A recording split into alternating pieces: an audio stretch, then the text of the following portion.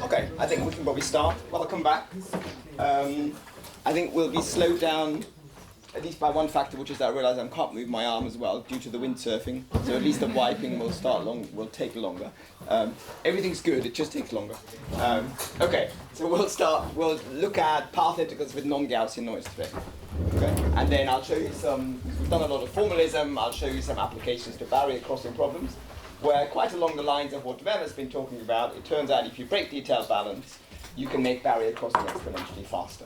Right? So if you go from Gaussian to non-Gaussian noise, it turns out you can exponentially accelerate barrier crossing processes at the same noise variance. Okay? So essentially, we're keeping the same steady state around the minimum. It turns out non-Gaussian noise is much more efficient. Okay, so that's where we're going. If there's anything you don't understand, you can also talk to Constantino. Is he here? Yes, he published a nice paper on non-Gaussian noise very recently, using a very similar setup, so you can also ask him. Okay, so what we had so far was Langevin dynamics, so we had basically real continuous coordinates and Gaussian noise. That was one thing that we did, and then in our discussion of fluctuation theorems, we mainly looked at discrete states.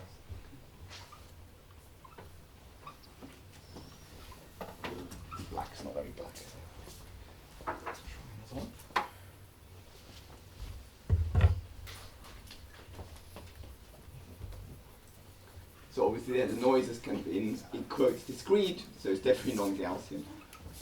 And Rob also mentioned last night a case where if you have switching processes because they're discrete, similarly you have to deal with non-Gaussian noise. Okay? So the question now is, how do we deal with if we have continuous coordinates and the noise is non-Gaussian? Okay? How do we write down a path integral for that? Okay. Now you might say, well, okay, is that a realistic situation to look at? It turns out actually non-Gaussian noise turns up quite a lot. For example, if your heat bath is not made up of a nice solvent like water, but it's a bath of bacterial swimmers, right? Because they don't satisfy the usual assumption that you have lots and lots of collisions, and all the collisions are small necessarily, which is what you need to get Gaussian noise, right? Similarly, if your bath is made up, for example, of a granular gas rather than a sort of nice solvent, right?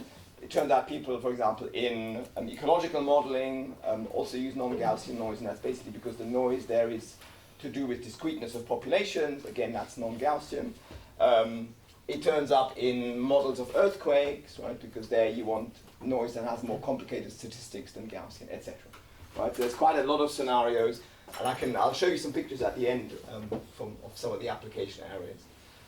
Okay, so what can we say about how non-Gaussian noise in general? Okay, so let's go back to our discretized equation of motion, which was that xn plus 1 minus xn labels the time steps as before, is equal to delta t times some drift plus some noise. And the noise, I'm putting a bar on it because it's actually the integrated noise over a small time interval. Okay? And I'm using Ito here, so this is literally just xn. Okay? You could do everything also with Stratonovich, but this is one case where really thinking about Ito is much simpler than before, but much simpler than Stratonovich.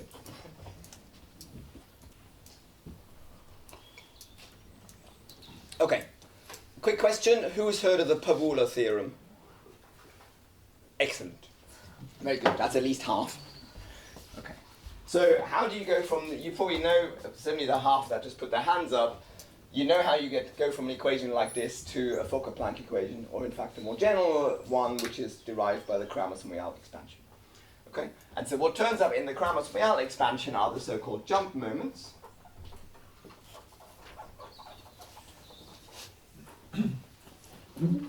And if I leave out this deterministic piece, which of course is easy to deal with, let's just look at the noise process itself, then you would describe those jump moments as the limit of delta t going to 0 of 1 over delta t times the average of psi n bar to the power, this is a bad choice, let's use something else here. Okay, name your favorite index, m, a. Okay, so I just look at the 8th moment of my noise distribution and I divide it by delta t. Okay? And so basically what the Pavula theorem says is you cannot have in the limit of small delta t sort of a lot of different scenarios for what these jump moments do. Right? And there's basically only two options if we assume that the first moment is 0, so that we have something that we would typically call a noise that on average is 0. Right? There's basically only two alternatives.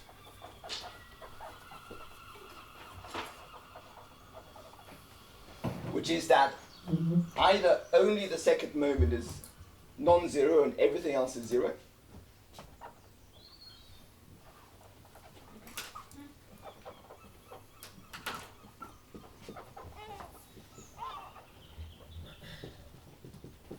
Okay. In that case, you know very well, that's the case of Gaussian noise. Right? That's noise which is just described by the variance, right?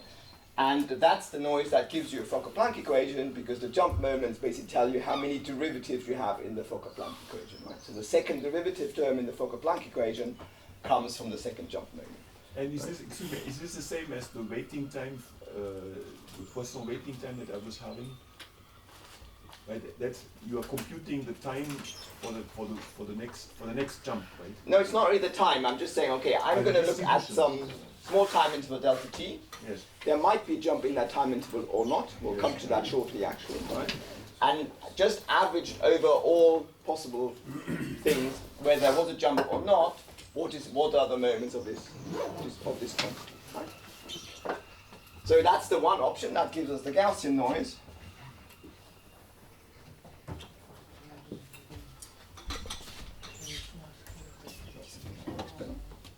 Let's try the blue. So like marker, I'm changing color for no reason. Oh, that's much better. Okay. Or basically,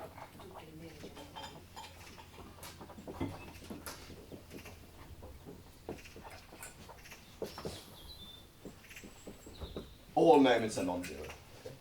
So I'm being a little bit sketchy here. This should be a 2. So of course you can see there can be symmetries. If the noise distribution is completely symmetric, then all the odd moments will drop out, right? But basically the statement is either all the moments beyond 2 vanish, or you have an infinite number of non-zero jump moments. Okay? And the way you show this is basically just by upper bounding various combinations of moments against each other, and then you can get the statement. That's right. Yeah. Do you need singularly each of the moment to be different than 0, like, or just an infinite number after? You can basically show that the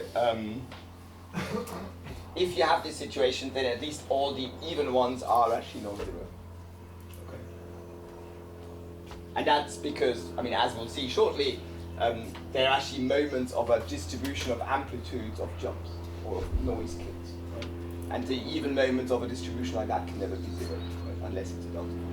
Sorry, I guess they're cumulants, aren't they? No, these are actual moments. Oh, sorry, because they're scale. Sorry. Yeah, they're scaled by delta t. Right. Okay. So the Gaussian case is basically the one that you know very well, where the variance of this guy is proportional to delta t. So if I divide by delta t, I get something that's finite. Right? Okay, so what is this? How do we think about this case? Well, so what this is basically telling you is that all of these moments, except for possible symmetries, which would make the odd one 0, are non-zero. That means all of these moments scale as delta t. Okay? And they don't get smaller as I take higher moments. Okay? So what's that telling you? That's telling you that the typical values of this psi, they somehow must be order 1, right?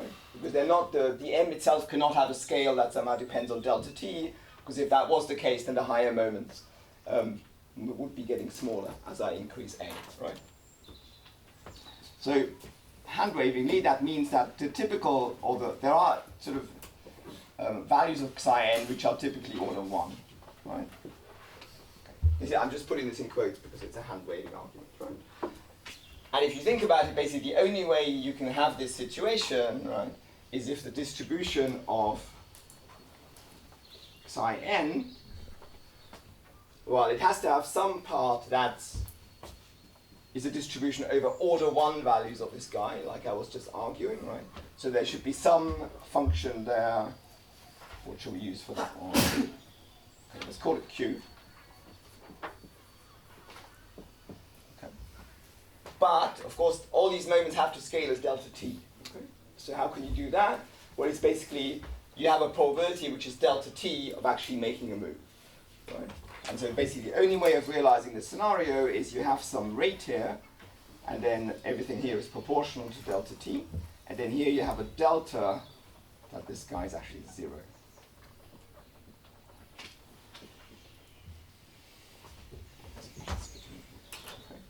But then the function q is a well-defined function. And then the q is an actual, as you could see from normalization, q is a probability distribution. Okay? So if you think about it a little bit, is there a question? Or I'm below the line. Okay, there's 2 questions there. Let's go with that one. So are we implicit? I mean, are we assuming like the delta t going to 0 limit is well defined for moments? It could be 1 by square root delta t, that would not be well defined. Yes, we are assuming that the jump moments exist. If the jump moments don't exist, you have problems, because then you can't even write down the Kramers-Moyal expansion, which is sort of the most generic master equation on a continuous state space. So you kind of have to assume that that works, otherwise there's no sensible delta t limit. Delta t going to 0 limit. There was another question there? Yeah, is that really the only way of constructing the probability distribution for this noise? Because you have some long tail distribution or something with the delta t involved somehow. Right, I don't know. Okay, so I'm not claiming that this is kind of a mathematical proof, okay, but you can at least check that if I assume that form, okay, I will get that situation, right? Because now this makes no contribution to any jump moment, right? Because it just says psi n is 0, right? So every jump moment is basically delta t times an average of this guy of psi n to the power a, right? And then you divide by the delta t, so you get something finite, right? So then in that case, the jump moments just end up being moments of this guy, of q, basically, right? And it's sort of clear, as I said, it's kind of clear that the scale of this cannot be changing with delta t, right? So if this was somehow scaling with delta t, right, then eventually the moments would start depending on delta t as you go to high moments, right? Because the scale of psi would win, right? What's another question? Yeah? I just asked you to write a little. Okay. We can do that, so let me put that. I just put that equation at the top. So this scenario where all the jump moments stay finite is basically one where either you don't jump or you have no noise, and that happens with probability 1 minus lambda delta t, okay? Or you do have a non-zero value for this noise, right? And you basically draw it from this distribution. Okay? And this is known as Poisson shot noise.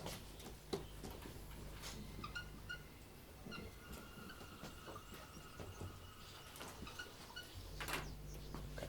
And basically what this is telling you is there's a rate, which I've called lambda. Sorry, there's another lambda. It's not the same as the Ito-Stratonowicz lambda, or in fact the lambda from the fluctuation theorems. It's the usual problem, not having enough letters unless we go to Hebrew. So what you see here is basically that the probability of making a move is lambda times delta t. So lambda is the rate for getting noise, right?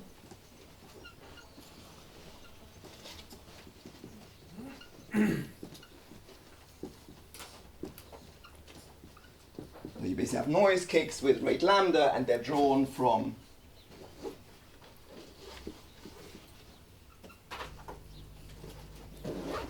Q. Actually, I've just realized I want to call this guy rho later. If it's not too much trouble for you, then maybe just change this into a row.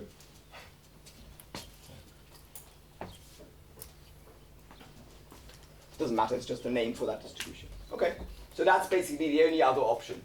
Right, and there is a mathematically rigorous statement that memoryless noise, which is what I'd assumed here implicitly, because this has no history dependence, right? It's just sampled independently at each time step, right?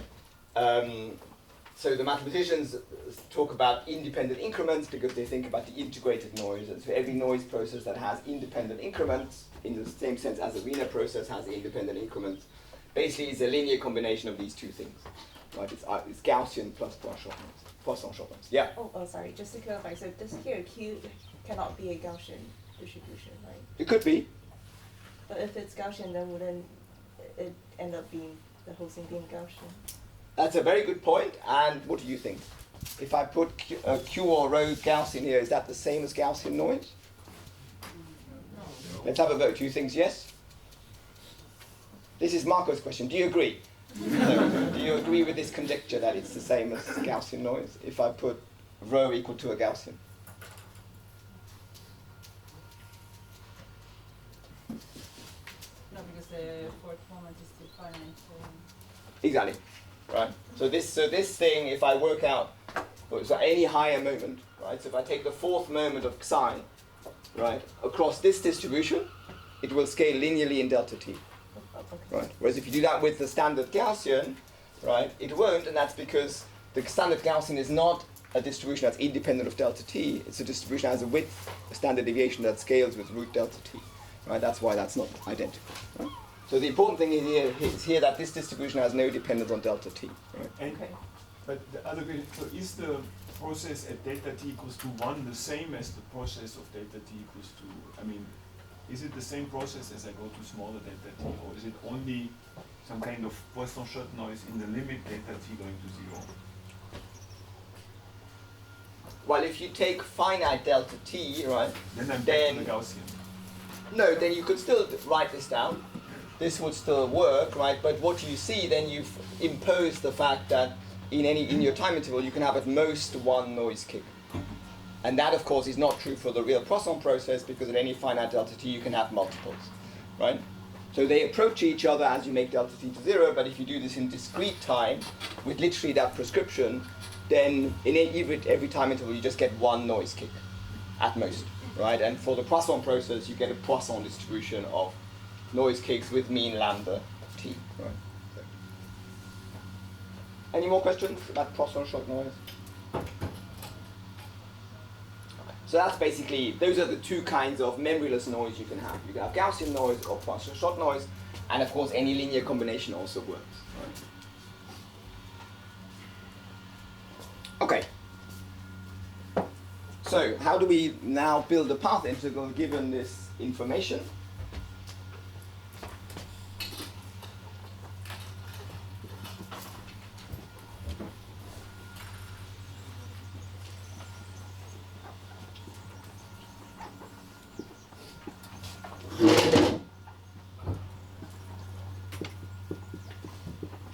Peter, Yeah. this Poisson-Shot noise also holds in the case where you have Levy, so at some moments that are infinite, when you have Levy flights or something. Yeah, that's true. So you can generalize this, and you're right. In that case, you would have a problem with higher order moments. In principle, I'm not specifying that this guy could have power law tails, for example, right? As long as it's normal. And then you'd have to slide. I mean, then this would still be true, but some of these higher moments would actually be divergent. Yeah, so that's all included there. Okay, and I'm going to use PSN for Poisson-Shot noise. It's too long to write down otherwise. Okay, so how do we do this? How do we now want to, as before, we want to know what's the probability of a certain path in X given the initial condition, right? And we did this in the Langevin case by saying, okay, let's look at the distribution of these xi's and then transform. Now the distribution here is a bit more complicated. So actually the most efficient way is to think of this as an average. So what we do is just we say, okay, we take a product of over all time steps.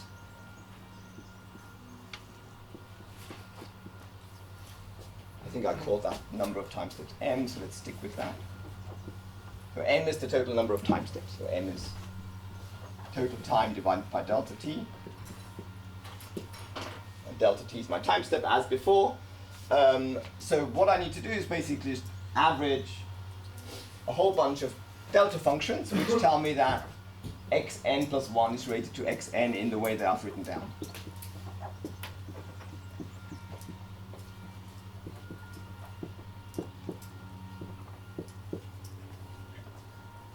And now I just need to take this thing and just average it over the noise. Okay? I mean, this is a very simple statement. It just says if I tell you the noise, right, then the evolution is deterministic. So the probability is just a product of lots of delta functions, and I fix the initial condition. Okay? And so to actually get the probability of that path happening, I just need to average those delta functions over the noise. Okay? And now what we do to do the average efficiently, of course, is what we did in the MSR case. We do a Fourier transform. Right? So we transform everything. So we write this as a product over all the time steps. Now have an integral over dxn hat divided by 2 pi. And then I'm going to write this as e to the I, yeah, that's what I want, xn hat, and then whatever I had in my exponential. Let me just make sure, let me just put a minus in there. I think that's the convention I have later.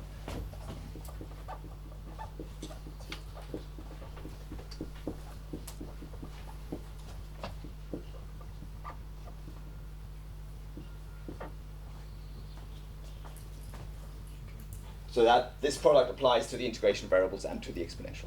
It's a product of everything, right? And now, because I'm assuming the noise is memoryless, and that's important. Okay, so I didn't write that down anywhere. Maybe just add that word here.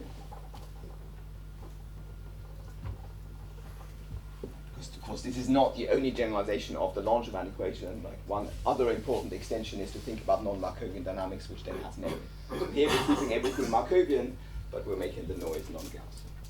Okay, and so the nice thing about this, I mean, you could have done the same thing here actually already, is that I can just average this independently for each time step because all the xi's are drawn independently. You want some angle brackets? No, I'm just putting those. You were ahead of me. Okay, and you see actually the only thing that's fluctuating there is basically this last exponential. Okay, so the only thing that is non-trivial there is basically the average of e to the I x n hat psi n hat. Okay.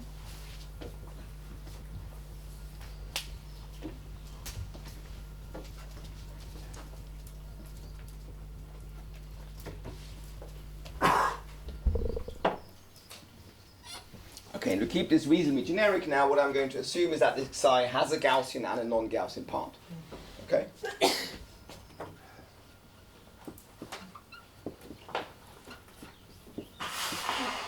Which I'm just going to write schematically like this. Okay. Gaussian plus non-Gaussian. So that's the Gauss part. And that's the Poisson shock noise part. Yeah? 2 questions. Can you make your subscripts a little bit bigger?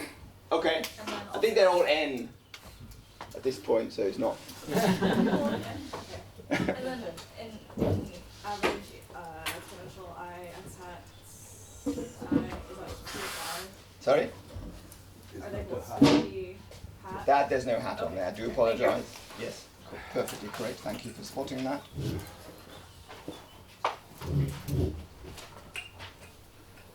Okay. So we need to do this average. If we decompose the noise into Gaussian plus non-Gaussian, and we assume they're independent, and of course the average factorizes, and we know how to do the Gaussian average. We did that for MSR. Okay. So we get e to the I x n hat psi n hat. There's no hat there, that's a bar, as was just pointed out. So this is, for the Gaussian part, this is easy to do. It's just equal to e to the minus a half xn hat squared times the average of psi n bar squared. So that's a general formula for Gaussian averages of linear exponentials, right? Or Hubbard-Stratonovich, if you want to think about it like that. Did you assume that the two parts are independent? Yeah.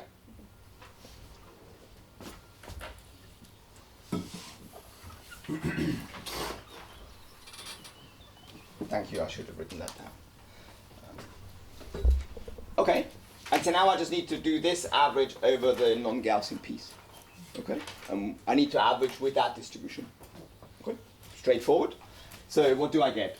If I've got the first term, then psi n bar 0, the exponential is 1, so I just get 1 minus lambda delta t.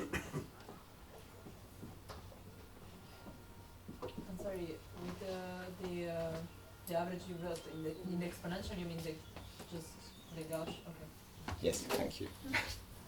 So that's just for the Gaussian contribution.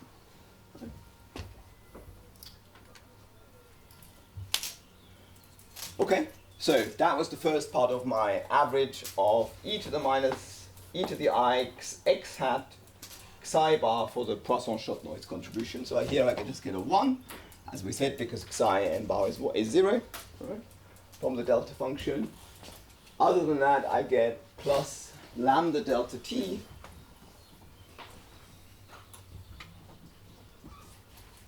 times the, and now I already have an average of q of psi n bar of e to the I x n hat psi n bar. Okay, so that's some function. It's the characteristic function of q. And I was going to use rho, so let me stick to that. And is the first plus multiplied? This one? No, this is the first one. This one? Just before? That's Yes, thank you very much. Absolutely. Well done. Yes. Okay, so that's just the straightforward average of what I wrote down before. Anyone clear? That's the starting point. If not clear, you can't read anything, tell me. Yeah? The competition between the Gaussian and Poisson noise, is that always trivial or unique? So the only thing I'm assuming here is that the two noises are independent, and then I'm just have a factorized average because I'm averaging the exponential. So you just assume that this noise is composed of two parts with dependent. Yes, that's my assumption. I mean, you could look at more complicated scenarios, but I'm not actually sure whether there's a meaningful way you could write down a correlated noise between a Gaussian and a Poisson-Shot noise. But in principle, we can just treat that as an assumption. 1, 2, yeah? You were next. So which bit is the non-Gaussian and which bit is Gaussian and which is the... So this is the Gaussian. I even wrote a G here. Actually. N, comma, G? Yeah. Okay, yes. Yeah, okay, that makes sense. Maybe it's slightly better like that. Okay. And that's the non-Gaussian piece. So this is then... So there this should be N, comma, NG strictly. I can put more indices on there if you want. It's just an integration variable there. Yeah, yeah. That is the non-Gaussian contribution. And there was another question there? Yeah? Can you just repeat how you went from these deltas to the path integral below, the exponential? I Fourier transformed the delta. Oh, okay, thanks. Right?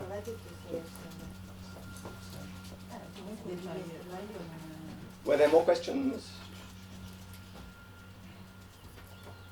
Yeah? I mean, that is an addition is another, I mean, you assume independence, but also that it's additively decomposable. You know, it could be a product and still independent distribution, right? Of a Gaussian, non-Gaussian sign. Yeah, it turns out if you do that, though, you don't get anything interesting, right? I mean, you could check, you could do a multiplication exercise, see what happens if you do a multiplication, work out the jump moments, see what you get, right? And you will basically you don't get anything sensible. Right. If you multiply a Gaussian with one of these, because that to leading order is basically a delta, right? So what you get is your noise is too weak. It's got the wrong scaling with delta t. Basically, all the jump moments will vanish. Right? Try it, right? Because if you can do it, right? It's a product. every jump moment factorizes into the relevant averages, so you can just see how they scale, right? And it turns out you get noise which has the wrong scaling with delta t, it's too weak, right? So you can try that. And so exercise for the audience. If you want to see whether multiplying these would make any sense, the answer should be it doesn't, okay? Because the jump moments vanish. Yeah? Oh, sorry, class again. So in the first place you had a plus, and then you fixed it to the multiplication. Why is that? I'm sorry. I just put this sum onto the exponent here. I have a product of two independent averages. Right? But taking an average over the distribution that's additive. So this is just the average of e to the I xn hat psi n comma d times the average of I xn hat psi n non-Gaussian. Right? So then by independence, I can factorize the average. Right. It's not a profound statement. Yeah? The Gaussian part is the same as we treated before. Yeah, exactly. It's has, just linear in delta t, right? Okay. So we're adding these Poisson shot noise to the Gaussian. Exactly. Right. Just following this assumption, which is adding we have independent sources of noise that produce Gaussian and non-Gaussian noise. Okay. Okay. Any more questions from the front row? No? All good. Question there around Seb? No? Okay, fine. Cool. So this one I'm going to write as d times delta t. Okay. I think in the MSR case I put a factor of 2 in there. You just have to give me that's inconsistent, but it's consistent with this paper there. Okay, so we just wanted d to be the variance of the noise, basically. So we defined it like that, right? But if you do it with FDT, you would probably write this as 2 times temperature. Okay, so you just have to bear in mind that there will be factors of 2. This is kind of useful because we want to compare this with the variance of the non-Gaussian noise. So it's useful to have one number for the variance of the Gaussian part and one number for the variance of the non-Gaussian part. So, but you just have to be aware of kind of factors of 2. Okay, so this thing is equal to e to the minus d over 2 xn hat squared times delta t. Okay. And of course I know that in the end in my path integral, because I'm adding up over these m time steps, of which there are 1 over dt in number, right? I want contributions in the exponential which are linear in delta t, right? So it makes sense then also here to just look at the small delta t limit, right? So I can write this back into an exponential to order delta t, right? By saying, well, look, this is the Taylor expansion of an exponential that basically starts with a 1, right? So I have e to the minus lambda delta t plus lambda delta t times this integral. Okay.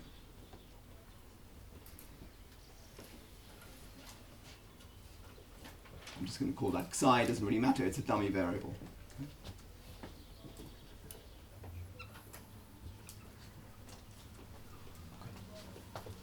And that's true plus order delta t squared.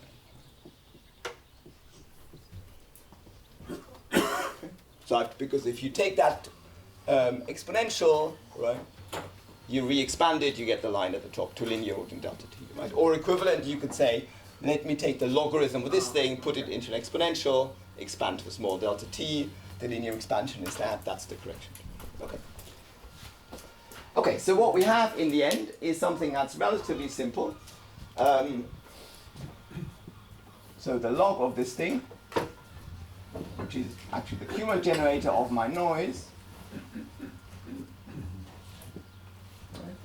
has this form of minus d over 2 xn hat squared delta t. And then I have this part from the Poisson shot noise, so I get minus lambda delta t. Right. And here I get a function which I'm going to call phi.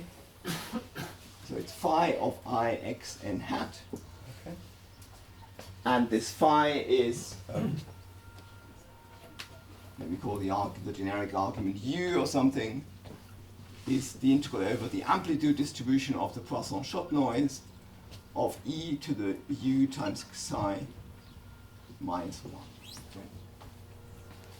I can put the minus 1 in here because by construction this guy is normalized. Right? So I can take the minus 1 from the front and put it inside my average. Right?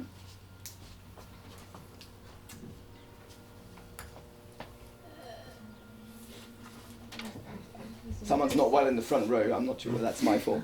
I'm just because it's minus lambda delta t. Yeah. And then you have minus 1, so shouldn't it be plus? It should be plus. Sorry, you're right. Right. We'll deal with. Well, we'll replace the x hats by I times x hat shortly, and then the signs will be the same. So. But I'm liable to get the signs mixed up, so it's good if you check. Okay. Fine. So now we can put all that into our path integral. Okay. So basically, what you get is that the path probability again can be written like in terms of an action.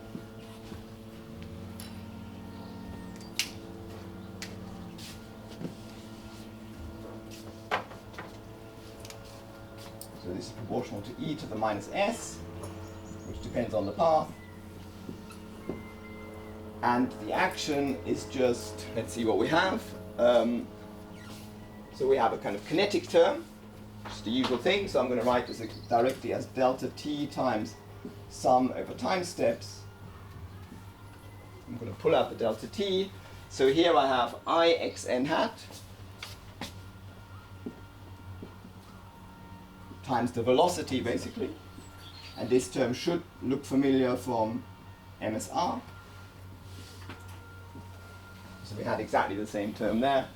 All the indices are still n, so if you have to make a guess about my handwriting, n is a safe bet. Then I have the kinetic term, so the drift term. So I can actually just put that in here. That carries a minus, because we put a minus in front of the action. So actually, that's exactly the same as what we had in MSR. If you look back at your notes from the very first lecture, this is exactly the same thing, right? Then I have my Gaussian piece of the noise. And again, that looks like what I had in MSR, except this now has a factor of 1/2 because I've changed convention with the factors of 2. Other than that, again, it's the same. And you see the only thing that changes is now I get this extra piece, which is minus lambda phi of I x n hat. Okay.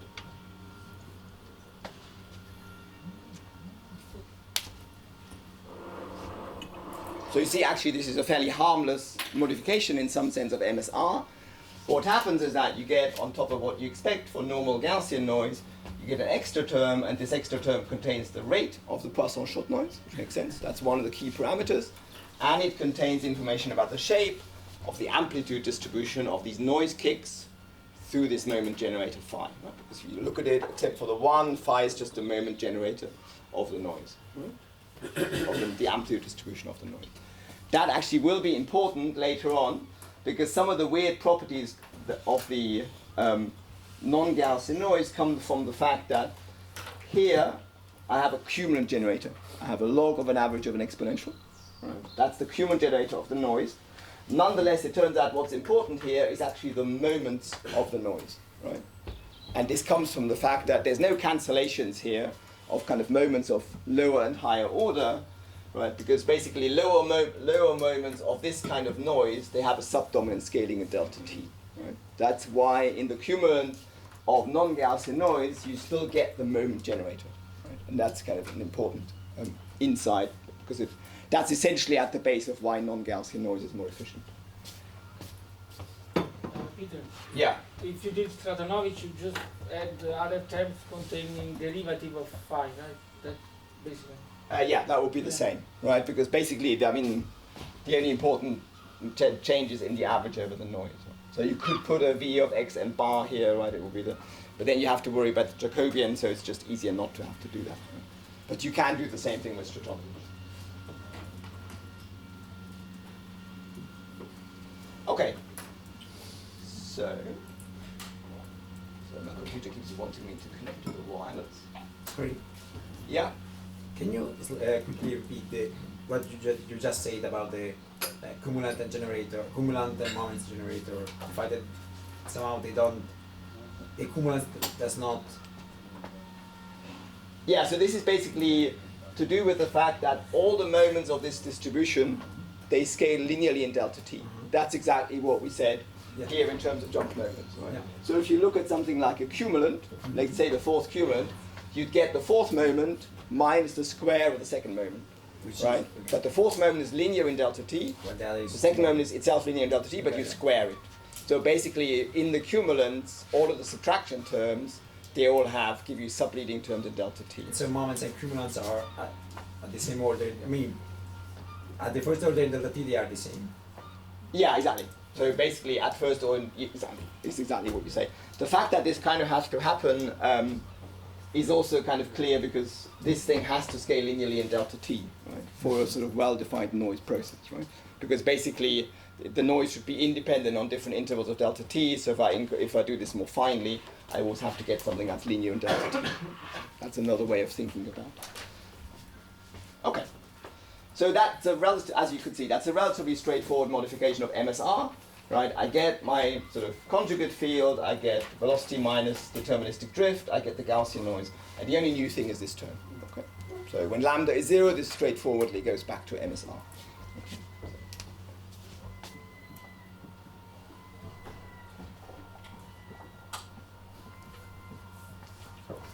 Okay, so that's the sort of basic way we construct these non-Gaussian path integrals. And so far I haven't really specified what these amplitude distributions are. So now what I want to look at is barrier crossing problems. Okay? So I want to just apply this kind of formalism to how you cross a barrier. So I want to think of a situation, let's maybe start on a new board, where you start from, you're in some metastable potential minimum.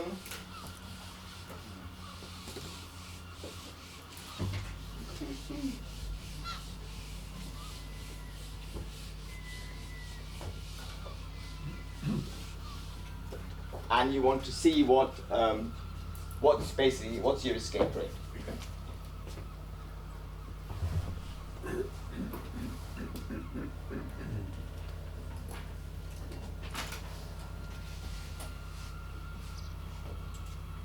So we assume we have some potential, which I'll call V. Here's my x. I have some metastable state, I have a barrier, and then beyond this I don't really care.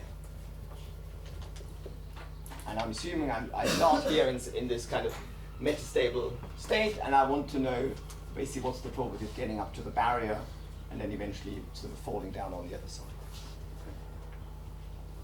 So we have an escape from a metastable minimum.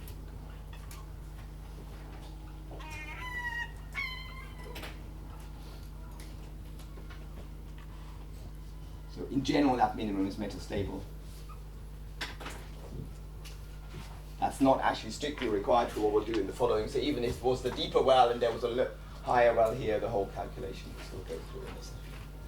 Right?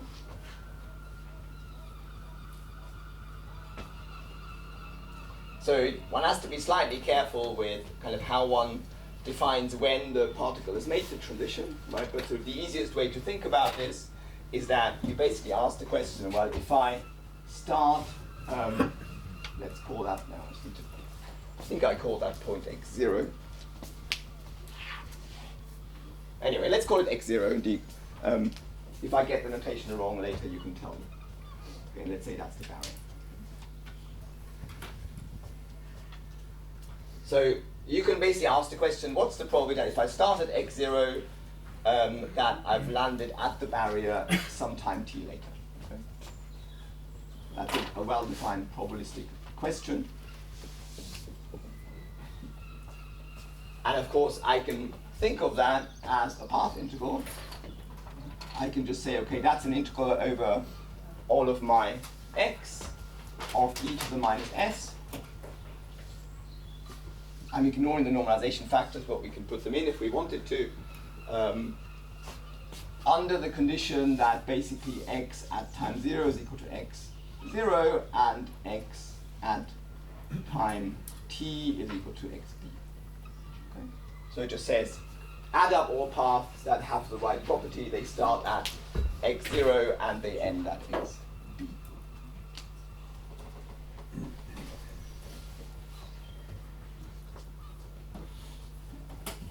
And so what you basically expect is that this probability, right, after possibly some equilibration in this local minimum, if the transitions are rare, this probably will start increasing linearly. Right?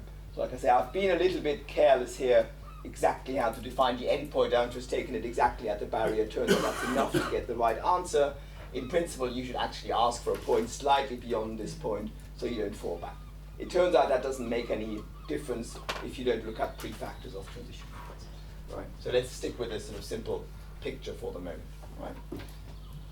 And so what you can derive from this, and this is sort of depending on how much experience you have with these path integrals, you can get the scaling of the transition rates. And we're not going to look specifically at a low noise limit, which is essentially the Kramers limit. But we want to do it for longer Gaussian noise.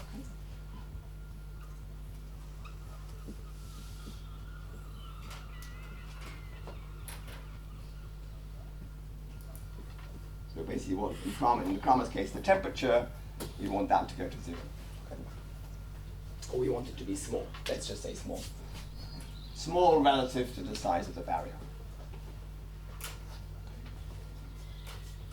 And so then it turns out you can extract from this formula that the escape rate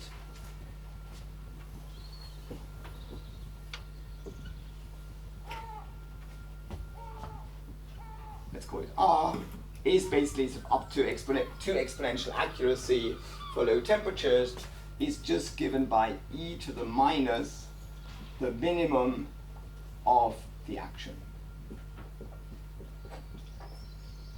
Okay, under the same conditions that x0 is x0, etc.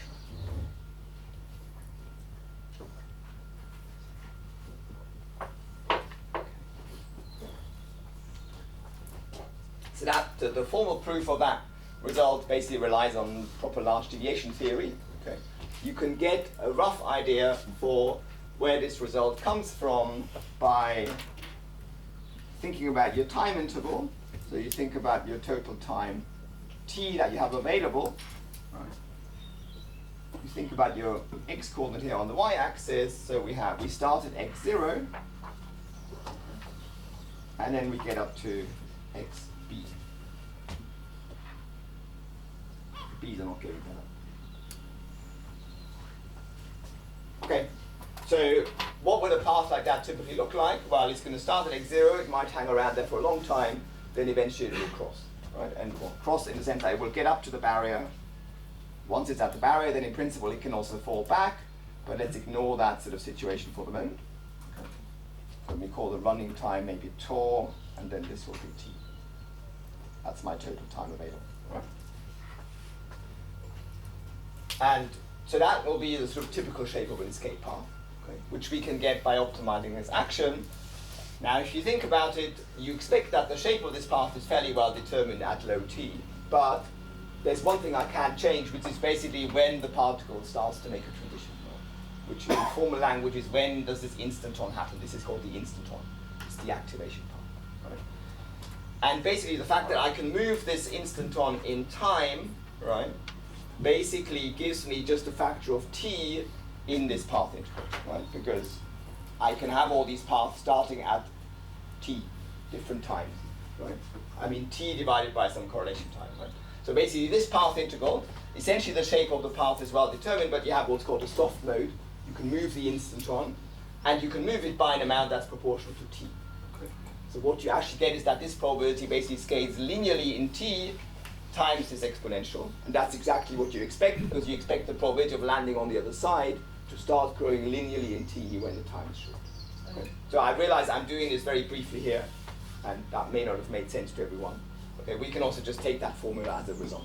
Okay, that's basically the large deviation theory result. And the straight line at x0 contains all kinds of wiggles where you go halfway upwards. So here I'm, yes, in principle, so here I'm looking at the small noise limit where these wiggles get increasingly small. Okay, so the smaller you make t basically sets the square root of t sets the scale of the amplitude of this, right? So if I just plot what we'll later call the optimal path, which is the one that does this minimum, it will actually look like that. But you're right, in the actual dynamics there will be fluctuations. Yeah? So so for the probability of crossing, I understand why you have this soft mode. Right. But if you condition just on being at time t on the top of the potential, isn't that then isn't it better to start crossing like just before, because then you don't have to like. I mean, it's very unlikely once you are on top that you stay there, right?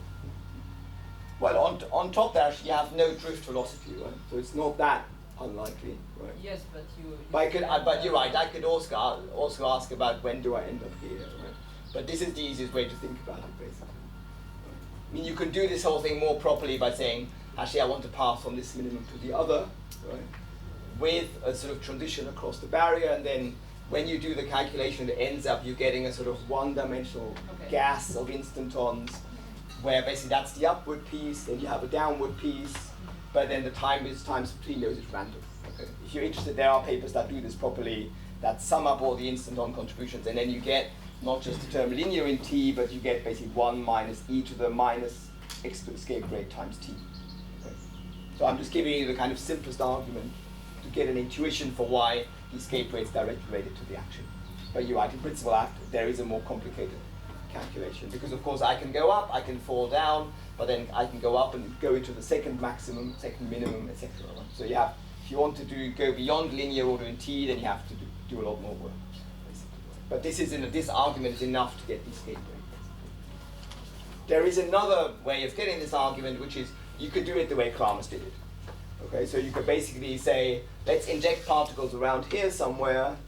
Let's look at the steady state once we put an absorbing condition here, right? And then basically count relative to our injection rate how many particles we have in this medium. That also gives you exactly the same information, and it turns out that gives you the same form. So you can do it either way. Right. So basically what we need to do, and I think this is sort of reason, once you sort of abstract from all the formalism here, basically the effective barrier is just the minimum action. Right? The effective barrier to crossing is just the optimal path, that the one that gives you the least action. So in some sense, S is sort of how much do I need to pay in terms of probability for this incredibly rare fluctuation. Right? So that's sort of a relatively, hopefully intuitive argument.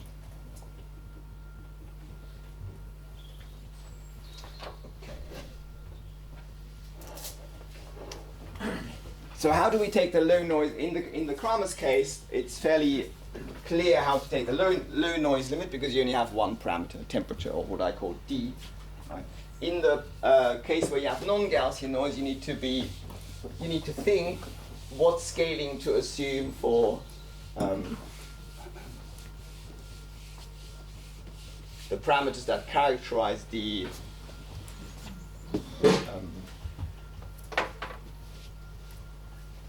sorry. Yeah. So that's the rate, or that's the so I mean S of X is still I mean it grows with time. Yes, so I've not been very careful here. So basically this minimum is also over t, basically. Right? And it turns out the optimum is basically occurs when you make t long enough. Right? Which sort of makes sense. If you make t too short, you don't have time to realize your preferred instanton shape. Once t is long enough to be longer than this optimal path, it basically doesn't matter. The corrections to the action end up being exponentially small. Right? But you're right, from large deviation theory, formally, you also take an infimum over all times t. Right? But that's sort of a mathematical subtlety. Basically, for practical purposes, as soon as t is longer than the duration of your optimal instanton, then you don't care. Because both the departure from x0 and the arrival here at xb, they're exponentially fast because you have quadratic terms there, right? And then these corrections go to 0 exponentially quickly. Okay, like I say, there are formal proofs of this. I hope I've at least given you kind of the intuition for where this comes from. Okay, so how do we do the low noise scaling?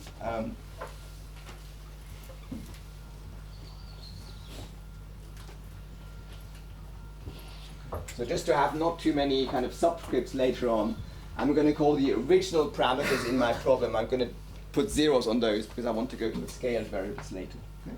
So I'm going to call the original Gaussian diffusion constant d0, and I'm going to say that's d times epsilon. Okay? And epsilon will be small.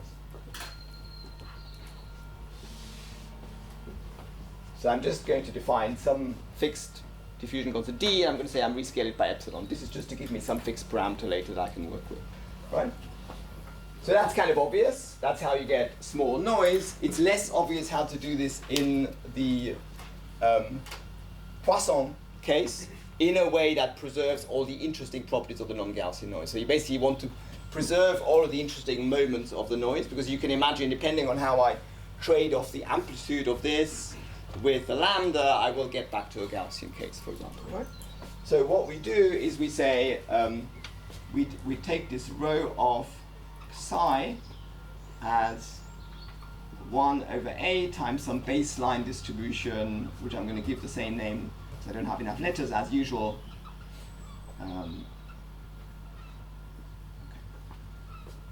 And so that will be a sort of some rho of y. Okay? So you could put, I don't know, you can maybe put xi there. I'm going to call this variable y. Okay?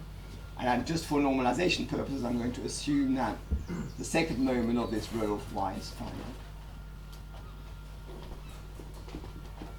That's just a normalization. Okay? I could do that in any way I like. Doesn't particularly matter.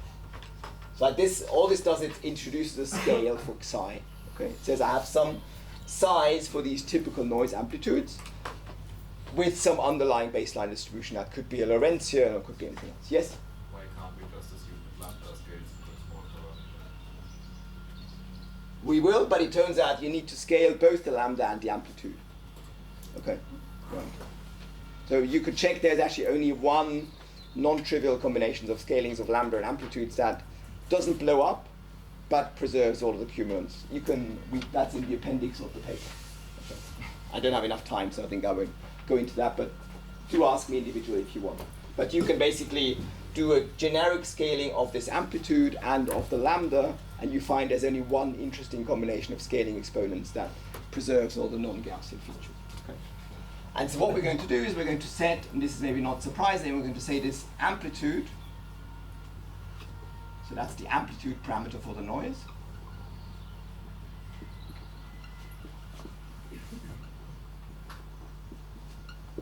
We're going to say that's proportional to epsilon. And lambda 0, which is the rate of the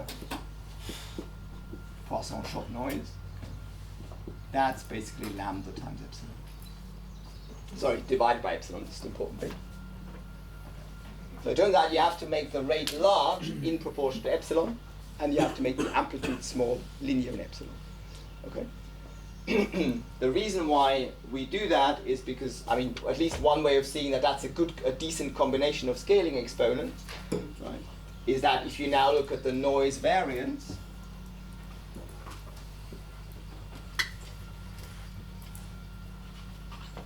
that's basically d0. And then it's easy to work out, for example, by taking a second derivative of this thing with respect to x hat, which is gives you the variance, right? That the variance of the Poisson shot noise is proportional to the rate, and it's proportional to a0 squared. And there's no factor in there because I've chosen this normalization, which just makes the baseline variance be equal to 1, right? And you see, if I put in my scalings here, then this ends up being d times epsilon plus lambda divided by epsilon times a times epsilon squared. So this is just d plus lambda a squared times epsilon. Okay. So you can appreciate from that, at least that the way we've done the scaling, it's exactly such that non-Gaussian and Gaussian noise can compete. They have the same variances, or variances on the same scale with epsilon. And it turns out if you distribute the epsilon scaling between the amplitude and the rate in the way that I've done it here, then all of the cumulants of this psi, of this phi function are preserved. Okay? It's a squared in the penultimate line. Sorry? That's a squared in the penultimate line. Yes, thank you very much.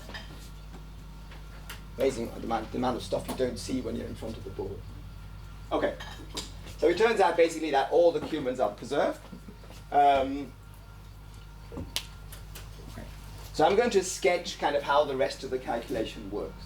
Okay. So I'm not going to give you all the details. They are in the paper, and you're very welcome to ask me about them. Okay. So what basically happens in the action is you end up rescaling these x hat parameters. Okay.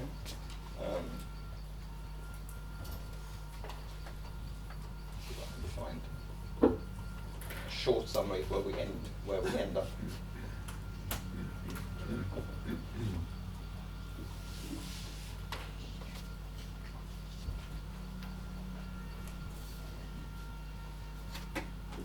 You can think of questions while I check this.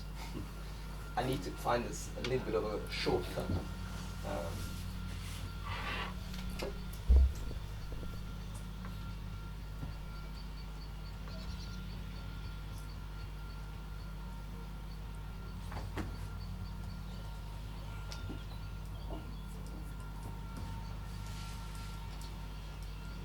So basically, you scale the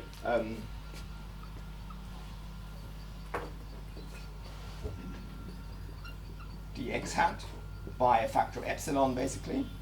That turns out to be the useful thing to do. And then once you do that, you can basically write the action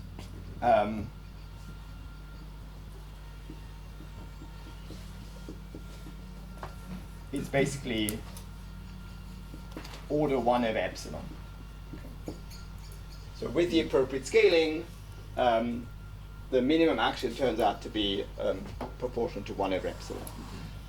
And this is not, maybe if you think about the Kramers problem, not too surprising. In the Kramers exponent, you have potential barrier divided by temperature. Okay, so what we get here is something like 1 over noise strength, and the strength of the noise is the epsilon. Okay. So I'm skipping a lot of detail here. Okay, but basically after some suitable rescaling, you find that what sits in the exponent here basically has a prefactor of epsilon. Right? And that means you can use this large deviation result. Okay? So what you actually need to do then to find the effective potential barrier is just to minimize this action. Okay?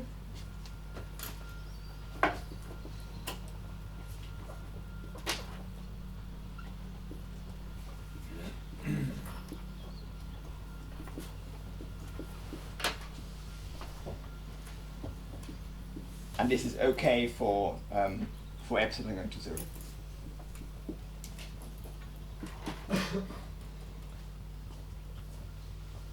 So when I mean okay, it just means that when epsilon is 0, then like in the Kramers case, you have small fluctuations and everything is dominated by the optimal path. Okay? Yeah? So the scaling for A0 and lambda 0 seems a bit ad hoc, right? You could scale them completely differently, but still keep lambda 0 times A0 squared. Yeah, like I was saying before, this is the unique combination that does not go back to a Gaussian case and also doesn't blow up. Okay? So you're not blowing up. Like I could say lambda scales with epsilon 3 and A0 scales with. Yeah, it's in the paper. Just read the appendix. Let me get to the results. You're very well. Like I say, I already addressed this question earlier. Okay. All right, I didn't know this. Okay. You're absolutely right. You could choose 2 different exponents here in the right combination, right? And it turns out that the only way to preserve all of the cumulants, right, of this non-Gaussian noise is with that scaling. Okay, that's what we want, right? We want a limit where we don't accidentally make the amplitude of this guy, for example, so small that it ends up looking like a lot of non-Gaussian steps, to which we can apply the central limit theorem. Right? You could say, at least you can maybe see intuitively, if you do this the wrong way, right, then basically the central limit theorem will kill all the non-Gaussian features, right? And that's essentially the intuition for why you need to do the exponents like that, right? But basically the way you do this technically is you put the epsilon in here, right, and then you check that in the rescaled variables, this function stays finite, right? And there's only one way of doing that, right? There's only one combination of exponents. I haven't given you the full argument here, so you'd have to take that on trust or read it. Okay. I mean, is that a physical argument? Because now you argue, I want to preserve the mathematical formalism that I can solve, but is there... I mean, the physical argument is basically relies on checking the moments of this distribution. Right? No, I mean, like, why nature chooses that in the low noise limit, the Poisson rate must blow up to infinity with 1 over epsilon. Well, you could sort of, at least, I think this is at least plausible, right? That you want to make the amplitude small, right? If I have large noise kicks, right, there's not really going to be any sensible low noise limit, because if I can jump over the barrier with kind of, even with a typical kick of order 1, right, then that's not going to look like a Kramers problem, right? So that's one. Okay, but just I mean, there is a mathematical argument, okay? I don't think I can do any more within the last 20 minutes of saying more about it. You're very welcome to discuss in more. Maybe I could just say one really quick thing. So I mean, another way to rephrase what you're saying is that the Gaussian case is very attractive. So if you just pick a random process, it will probably just go back to a Gaussian calculation. And what you're doing is you're slightly fine-tuning it in order to get the interesting result, which is that the non-Gaussian noise still matters. Yeah, that's a very good way of putting it. So this is the only way to get an interesting piece of math. So in this case, because it's interesting. Yeah, this is basically the only scaling where you preserve all the cumulants of the non-Gaussian, the noise. But what Rob just said is exactly right. So we're gonna switch over to slides. But while I do the logistics, do ask were there more questions. Do I need to put the projector on? Or? Yes.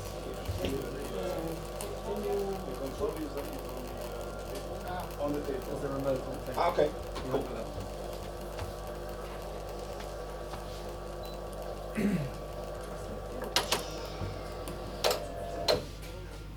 Okay.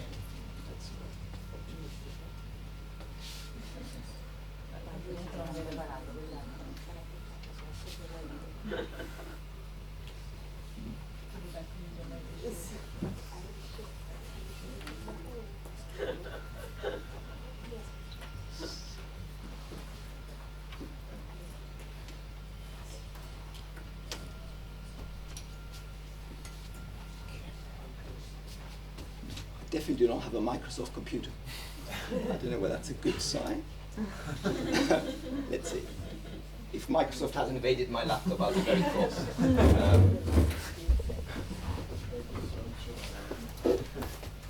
There's a search button on the controller. That should work. Source search. There you go. I have the same problem as Rob had yesterday. I hope there's not too much stuff on the bottom. Okay. So I'm going to skip through all of the stuff. Now I'll show you the examples. I think those might be useful. Okay, so just as I said before, there are lots of cases where non-Gaussian fluctuations are important. So for example, in the cytoskeleton, like Rob mentioned, if you have motors attaching, detaching, that's a non-Gaussian noise process, right? In active matter, for example, if you have run and tumble particles that change direction with a Poisson process, that's another non-Gaussian noise. These things are also used in markets, in earthquakes, animal foraging. There's a whole lot of problems where this is used. I've written here, you cannot see this from the back, these are often taken as memoryless, right? Because that's obviously one criticism you could raise about this formalism, that you might say, okay, well, if the noise is not Gaussian, maybe it's also not Markovian, right? That's a fair point. We're doing this sort of simple, we're treating one part of that difficulty here, the non-Gaussian memoryless case. Of course, you could add memory. Right? Right, let's see whether we can just quickly jump forward roughly to where we got to. Okay, so that's this is using Q. I was using X to at least keep some overlap with the MSR. The Q is my X. Okay, that's the noise. We're decomposing it like before. I'm sorry, the amplitudes are called A. They're the size from before. Right. The lambda release is the same, I think. So that's the assumption I made about the rho. There's the scale I called A0. Okay, so hopefully that will at least ring some bells from what we just wrote down on the board. That's my phi. That's the moment generator of the active moment. Okay. So I'm just showing you the bits from the slides that hopefully you will recognize from what we just had on the board. I know this is bad practice to show slides and just talk about 10% of the slide. Okay, I'm doing it to save time. Okay. Maybe we'll come back to this. So here's the scaling that I showed you. Okay, that's the noise variance, and then it turns out that the path integral has this form: replace Q by X. Okay, so the action is 1 over epsilon. That's the main thing to look at, right? And then you can show that after some minimization over the conjugate parameters, you can reduce this to something that looks like Onsager-Machluf. It's a Lagrangian of actual velocity minus what you should have, which is minus v prime. Okay? But it turns out this function is not quadratic like an Onsager-Machluf, right? But actually what it is the Legendre transform of our noise cumulant generator. Okay? So the noise cumulant generator, that has the form that we wrote down before, a half d k squared. The k is I x hat. Okay, so I had an I x hat here before and a minus, right? Or I had an x hat squared with a minus, so that's where the minus has gone. And here we have the rate again and the function phi, that's the amplitude parameter. Okay, so it turns out the effective Onsager-Machtub Lagrangian comes out as a Legendre transform of this. Okay, you can basically just do that. It's basically a saddle point argument because you have epsilon going to 0, so you can use the saddle point of the conjugate variables. So that those are these k's, and those are these effective momenta that I was talking about last night, if you remember in my answer to one of the questions. Right? And you do see, of course, if I cross this piece out, this Legendre transform can be done explicitly. It just gives you a square. You get back on Onsager-Machtub, so everything is good. Okay. Okay. So when we now do the so the only thing we have to now do is do this Legendre transform basically. Right? And it turns out you can do this kind of mostly in closed form, so you can get the action. You can also work out what the optimal paths are. Right? You can do it essentially numerically. Okay, and so the first interesting observation is that if we now look at the value of this minimum action, which is our sort of effective activation barrier, right? So that's basically what replaces the potential energy difference in the Kramers problem, right? That's basically this thing. It would normally be 2 delta V divided by temperature. My temperature is D over 2. Okay, so if you cross out this piece, this would be the Gaussian barrier. Okay. Now I'm saying, okay, if I had Gaussian noise, then okay, my total variance would be higher, right? So to be fair, I should be comparing with delta V compared to the effective noise variance, right? So that would be what I would expect if all the noise was Gaussian. So if I was comparing Gaussian plus non-Gaussian noise to Gaussian noise of the same overall variance, right? That's a sort of reasonable comparator to choose, right? And so that's what I'm plotting here. What I'm plotting on the slide is this thing divided by that one. Okay, so it's what you would get from it's what we actually get from non-Gaussian noise divided by what we would get from purely Gaussian noise. Okay, so that's why this is between 0 and 1, and that's kind of the first sort of surprising thing is that this is always smaller than that. Okay, so that's the statement I made at the beginning. Non-Gaussian noise is always more efficient than Gaussian noise at the same variance. Right? And we can prove this, right? It's not actually a terribly difficult proof. It just relies on the fact that if the noise distribution is symmetric, which I have assumed here, so I'm assuming that rho is a symmetric function, this phi is actually lower bounded by a parabola. Right? That's all you need to do the proof, basically. That's how this result comes out. Okay? So nonetheless, it's a little bit surprising, right? Yeah. And physically, do you have an interpretation of that? That the non-Gaussian t somehow it's always. I mean, you could expect that. It would depend on the shape of the rho, for example, right? Yeah. And the argument goes back to what I said earlier, right? So because you might think, well, if this amplitude distribution, for example, is very narrow, right? I might get something like a negative fourth cumulant or something, right?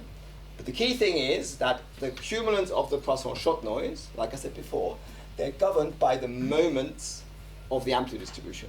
And I cannot make the fourth moment of the amplitude distribution negative, right? I can make the cumulant negative, but it turns out the cumulant is not what's relevant.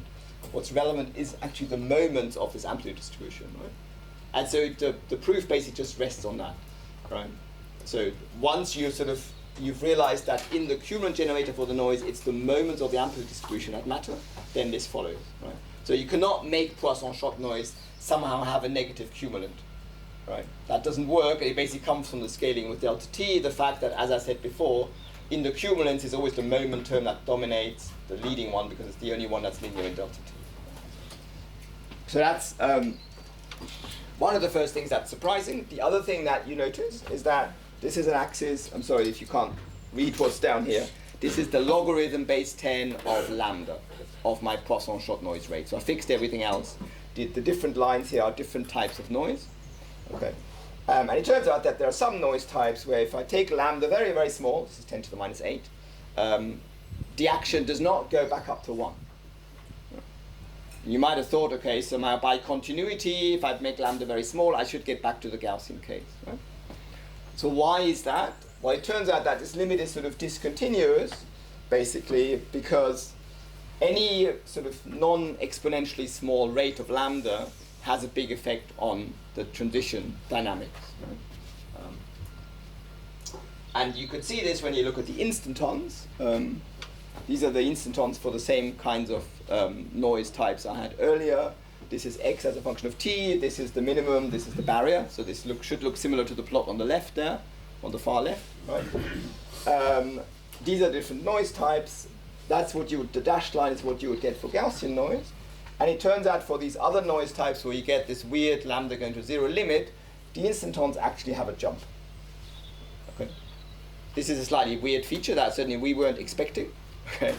So it turns out what the system does for these noise types, we've put in that the amplitude distribution has an exponential tail times some power law. The power law doesn't particularly matter, right? And so basically here the system decides that there's a trade-off between climbing up the barrier with very small Gaussian noise increments versus waiting for one exponentially rare but order 1 non-Gaussian noise kick. And that's basically what it chooses to do. So you could see if you have an exponential tail in your noise amplitude distribution, right, that imposes an exponential penalty on kicks which are very, very large, right? And so you can actually get out of that balance a path which basically makes use of the non-Gaussian noise and basically jumps up across, and it turns out this is the steepest part of the barrier. Okay?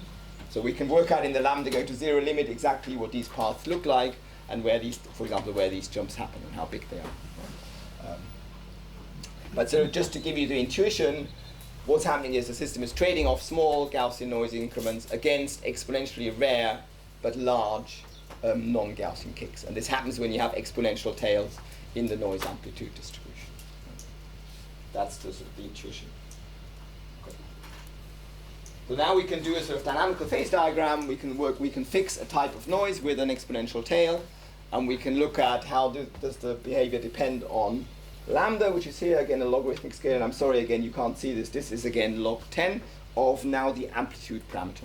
Okay? So we're varying scale of the jumps here and rate of the jumps of the Poisson shock noise. Right? And it turns out that basically the region where you get these interesting behaviors, they're sort of in the middle of kind of the amplitude range. So if you make the amplitudes very small, you end up getting basically Gaussian behavior. Right? Also, if you make them very small, very large, and you make the rates correspondingly small, so you go down here, then again you get basically Gaussian behavior. So it turns out there's a sort of a region in the middle, which basically is the region where A is much bigger than 1, right? And then there's a corresponding range for lambda where that happens, right? Or yeah? Can you repeat what the color bar? Yeah, sorry, I should have said that. That's the color map of the normalized effective barrier. So it's the effective barrier relative to what it would be for Gaussian noise. As we saw, that's always between 0 and 1. Okay. So when this is white, basically you're doing comparably to Gaussian noise, right? When it's black, that means your barrier is very low compared to the Gaussian case, right? And that happens in this window, right? And then because the action goes into the exponent, that means here the non-Gaussian noise is exponentially faster, exponentially in temperature, basically in noise amplitude, than the Gaussian noise. Right? Okay. Yeah. Can you see the instanton, interpret the instant that you have in presence of the non-Gaussian noise as a Gaussian instanton of a renormalized effective potential? Does it make sense? Or because in the case where the jump is like having an effective pressure which has a cut, right? So basically a corner, you go in the zoom, right? Yes, you can, but the renormalized potential is very weird because basically what it does, it takes the original potential, it says find the steepest bit, right? Cut out the bit that I can climb up by the jump and then glue the two pieces back together to get a low potential barrier. Yeah, that works. Reminds a little bit of the binning. I'm wondering if of what? The binning. You know, when you pull apart and the barrier, then I don't know if there is a relationship. Yeah. Curiosity. Interesting. Let's discuss. I'm not sure. Okay. Okay. So you get this kind of weird behavior that the general statement is even out here the thing is always bounded by 1, so the non-Gaussian noise is always more effective. But then when you go into this regime where you have the strong non-Gaussian effects, also the instantons have got unusual shapes.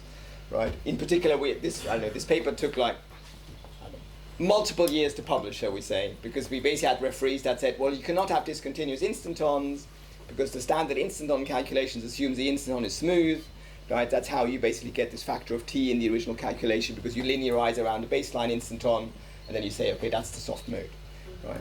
So then we actually had to go back and do the whole Kramers calculation without instantons to get everything, and that took a while. Anyway, we got there in the end. So the other interesting thing is that you could look at the prefactor, so you can't do that easily with the path integral, but you can do it with the Kramers calculation. And so it turns out that whenever the instantons are smooth, and this is kind of a weird thing but has turned up somewhere else, and even though the effective potential barrier changes, because you have non-Gaussian noise, the prefactor is the same as for the Gaussian case. I think, hang on, that's rather strange, right? But then when you think about it a bit more, the prefactor basically is determined by what happens around your barrier and what happens around the minimum. And you can sort of believe that you're seeing Gaussian fluctuations around those. Right? So that's sort of the intuition. You could get it by the calculation, right? And it turns out Hengi has seen this before in kind of models where the non-Gaussian noise came from population dynamics, and you get the same effect that the prefactor looks like Kramers, but the barrier changes. It's a slightly weird effect because it means you have a change in the leading effect in the barrier, you don't have a change in the prefactor. But I think the physics is clear, it's because the prefactor comes from Gaussian fluctuations around minimum barrier, right? And that's basically why it looks like in the Kramers case. And then we can do the same thing in the case of these kind of instantons with the jumps, and then you get a more complicated form for this prefactor. And just to give you briefly the intuition, so here, QA and QB here are the minimum and the barrier, sorry for the notational variation. And then Q minus and Q plus are the points where the instanton basically takes off and then lands again. Okay, so where you have this discrete jump. Okay. So not entirely surprisingly, maybe once you have instantons that have jumps in them, the prefactor contains information about the curvature of the potential at those points, right? Where the discrete jump starts and ends. Right? So that's something you can calculate. It does have a power law dependence on epsilon, which you don't get in the normal Kramers. In Kramers, the prefactor is temperature independent. Here, basically, because we have sort of power laws potentially in the amplitude distribution, it turns out they end up in the final prefactor. Right? Of course, that's a subleading effect because the main effect is this e to the minus constant over epsilon, right? So this is a small correction. Yeah? Just what is Q plus and Q minus? I'm sorry, I should have, it's not at all clear from the notation here. So maybe I can go back. It's basically this point and that point. Okay. So the beginning and the end of the jump. So this is what on the slide is called QA, it's what I called X0 before. This is the barrier point QB, and this is Q minus and Q plus, which depends on the parameters of the problem because it's different for different lambda, right? It's different for different potentials. Okay.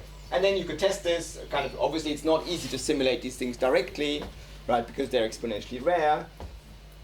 Again, I apologize if stuff below is not visible. So what we have here is log plots of escape rate versus inverse noise variance, so inverse temperature, right? So the Kramers plot just gives you a straight line, okay, because the escape rate is e to the minus 1 over temperature times the effective barrier. The slope of these lines basically tells you how high the effective barrier is. Okay? The shallower this thing is, the lower the effective barrier, the steeper, the higher the potential barrier. Right? And so here we're comparing different types of, this is noise with an purely exponential amplitude distribution. This would be the Gaussian white noise with the same variance always. This is this noise with different rescaled rates. Right? And the lines are the theory, the symbols are the simulation. Right? And just briefly look at the scale, right? So that's just to illustrate. It makes quite a big difference going from non-Gaussian to Gaussian noise or the other way around. So at this value of the inverse temperature, the Gaussian noise gives you an escape rate around 10 to the minus 22, right? And the non-Gaussian noise up here is sort of 10 to the minus 8. Right? It's obvious, right? It's in the exponential, right? But it's a big difference. Yeah? If you keep lowering lambda, yeah. What's going to happen? Because I mean, at some point you actually. Oh no, okay. So this is the discussion I sort of mentioned briefly earlier. It turns out for this noise, the lambda going to zero limit is discontinuous, right? Because the crossover back to Gaussian white noise only happens when I make lambda exponentially small in epsilon, right? Which I don't see in the scaling I've used. Okay. Okay. So the lambda going to zero limit is quite close to this line actually. Right? And I mean intuitively the reason is basically if you have an exponentially slow process, right? Any power law scaling of lambda always means that you have loads of time to wait for one of these Poisson noises, right? So to go back to Gaussian white noise, I basically have to make my noise so rare that even during this exponentially long time, I do not see non-Gaussian noise, right? So that's why it doesn't turn up here, because it requires lambda basically order minus 1 over epsilon, right? So that's why you don't see it. This is Schulz gamma noise, so it's exponential with some power law. Again, we can test the kind of the theory. This is the lines versus the simulations. And this is one test of the prefactor. So this is the Kramers prefactor, and it turns out these are instantons with jumps. We need to use the other prefactor, and that's the prediction with the other prefactor. So you can also see that there is a bit of a difference between Kramers and the non-Kramers prefactor. Okay, so we can also check that the prefactor comes out correctly.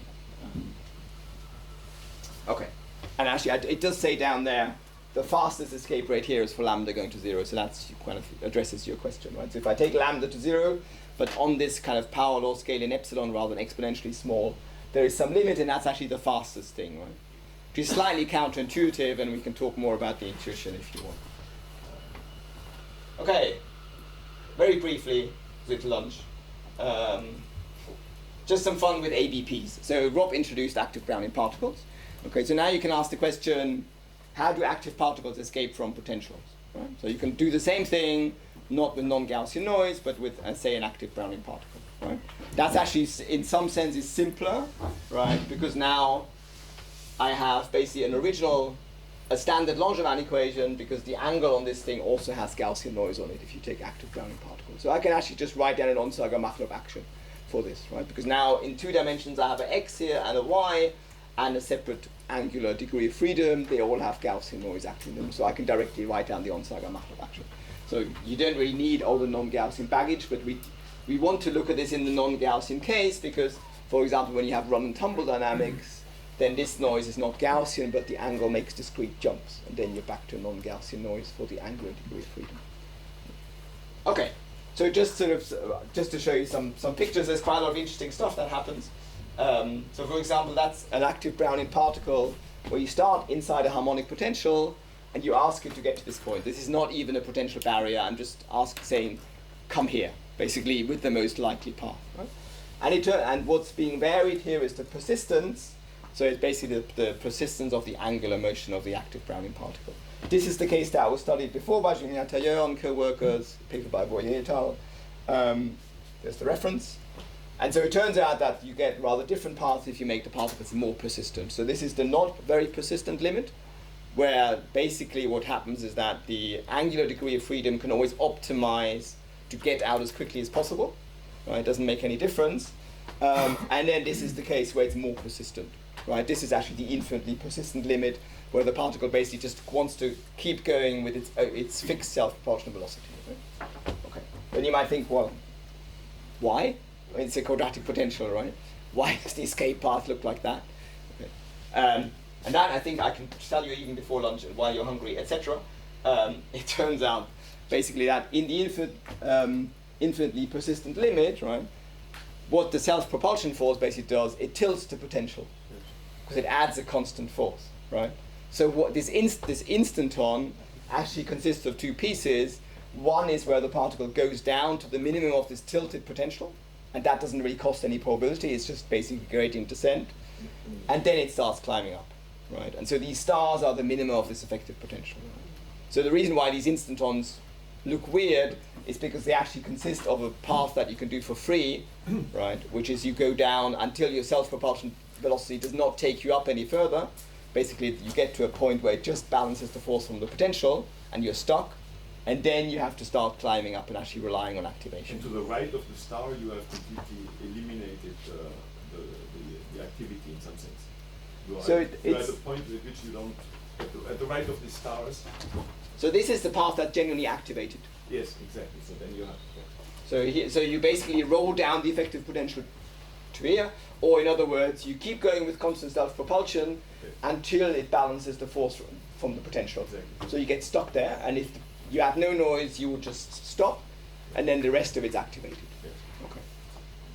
And then there's all sorts of interesting questions about exactly what these paths look like and how to solve these optimization problems, because it turns out there's basically an invariance, basically the union of all of these stars sort of defines a line, and anywhere inside that line, you can, it's an ellipse in this case, you can kind of move for free, it doesn't cost any action, right?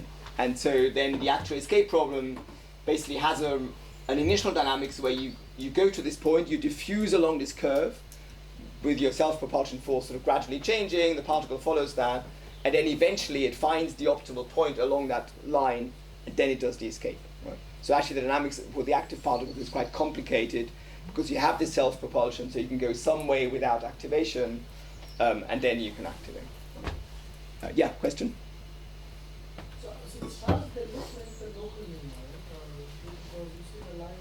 So they're basically the minimum of the effective potential taken at the self-propulsion orientation of the initial state that I start with, basically.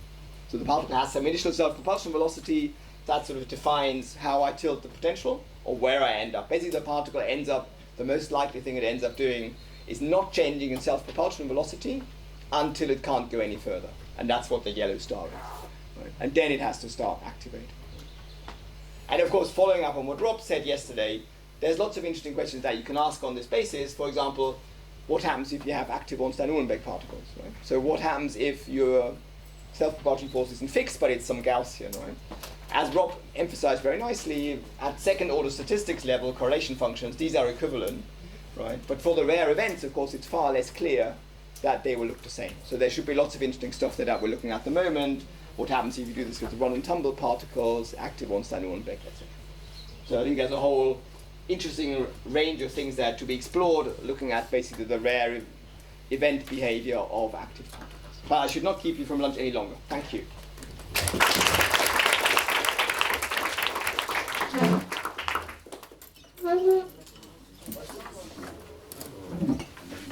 I think the question is, when is lunch?